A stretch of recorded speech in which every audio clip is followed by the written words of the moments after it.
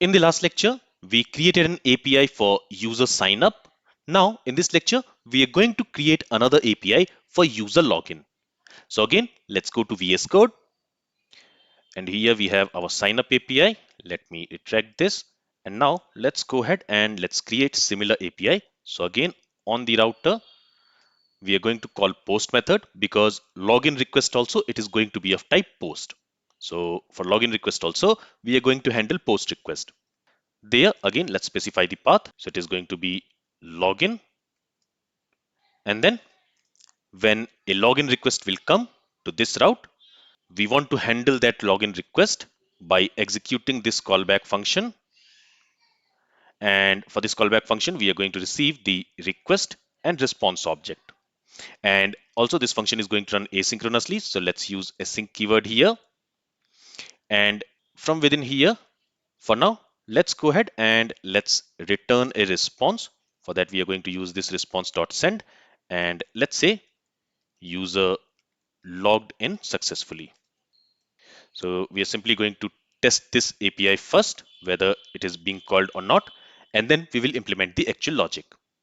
Okay, so let's save the changes here. Let's go to Postman. And there, before we make a login request, what I'm going to do is I'm going to save this request. So let's click on this save button. And here I'm going to name this request as user sign up. Then here, let's create a collection. Let's call it auth controller maybe. Okay, and let's save this request. So in this auth controller folder, this user sign up request has been saved. Let's open a new tab. And here also, we are going to make a post request. And this time, let me copy this URL. This time, we are going to make a post request to root URL /API/auth/login because this is the URL for login API. This is the endpoint for login API. If I click on this send button, we are receiving this response, user logged in successfully. So our login API is also being called. All right, now let's go back. And now let's implement the actual logic. So let me remove this code and let's again add try catch block. From this catch block, let's return an error response. So for the message, I'm going to set the message as error.message. So whatever error has occurred, we want to return that error message in the response, and success, we are going to set it to false. That means the user is not logged in. Now let's write the logic of logging in this try block. Now when we are going to make a post request to this login API, with the post request also, we are going to send a request body. And in the request body, we are going to send an object. In that object, we are going to specify the email. So we are going to log in the user using email and password. So we are going to specify the email and password. Okay. So when we are going to send this request body with this login request, first we want to check if with that email any user exists in the database or not. So that will be the first step. Then in the second step, what we are going to do is we are going to check if email exists, but the password which the user has provided, if that password is correct or not. If both of these conditions are true, that means if the user with that email exists and if the password is correct, then in the third step, we are going to create a JSON web token and we are going to send it in the response. All right, now let's go ahead and let's implement these three functionalities one by one. So again, to check if the user with the given email ID exists or not, we are going to use this user model, and on that we are going to use find one method. And to this find one method, we are going to pass a filter. We want to filter the user using email, and we are going to get the email from the request body. So we can say request.body.email. Now this expression here, it will return the user with the given email if the user exists in the database. Otherwise, if the user does not exist with the given email, it will return undefined. So whatever it is going to return, we are going to store it in a variable and let's simply call it as user. And now we are going to write an if statement, and there we will check if the user does not exist. So as I mentioned, this user will either store a user object, in that case it will be a truthy value, or if the user with that email does not exist, this user will be assigned with undefined, and undefined is a falsy value.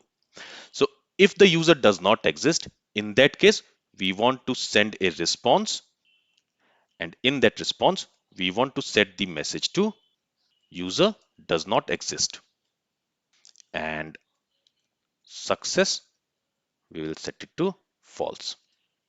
Okay, and we will also return from here immediately. So if the user with that email does not exist, we are not going to execute any further logic. Now if the user with that email exists, then we are going to check his password, whether that password is correct or not. And in the database, the password will be saved as encrypted password. But in the request body, we are going to receive the plain password. So here we need to do comparison in such a way that we can compare the plain password with the encrypted password and check if they match. And for that, again, on the bcrypt.js package, we have a method called compare. And to this method, first we need to pass the password which we want to compare. In this case, we want to compare request.body.password, basically the password which we are going to receive in the request body. And the second argument will be the value with which we want to compare it. So we want to compare it with user.password. So in this user object, we will receive that user with the given email. And in that user object, we will also have his password, but that password will be encrypted password because that user object is coming from MongoDB database, right? So in the MongoDB database, we are saving the encrypted password. So we are comparing these two passwords, and here, if the password match, then this compare method, it is going to return us a promise with a Boolean value. So if the password match, it will return true. Otherwise, it will return false. And since it is going to run asynchronously, because it is going to return us a promise, we are going to use await keyword here. And whatever value it will return after the promise is resolved, we are going to store it in a variable, and let's call it is valid. Okay, so if the password is valid, if this is valid is true, that means the password matches. Otherwise, the password does not match. So again, we are going to write an if statement, and there we will check if is valid is false. If is valid is false, that means password did not match. In that case, again, we are going to return a response. So let me copy this line here and let's paste it inside this if statement. So again, we are going to return a response, and in the response, we will say password did not match or maybe invalid password, and the success will be false. And we will immediately return from the function. We will not execute any further code. Now, if the email exists and if the password also match, then we are going to authenticate the user. And for authenticating the user, what we are going to do is we are going to create an authentication token, and we are going to send that token in the response. Now, in order to create an authentication token, we are going to use another library. So let me save this file. Let's again open VS Code built-in terminal. Let me clear the terminal here. And here we are going to install another package called JSON Web Token. So the package has been installed. Let's go ahead and let's require it at the top. So here, let's create a variable. Let's call it JWT for JSON Web Token. And there, let's go ahead and let's require JSON Web Token package.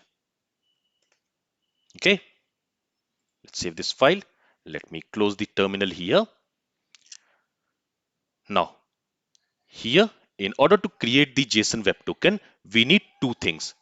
We need some data using which we want to create the JSON Web Token, and we need a secret key. Okay, so for the secret key, let me go ahead and let me again open config.env file.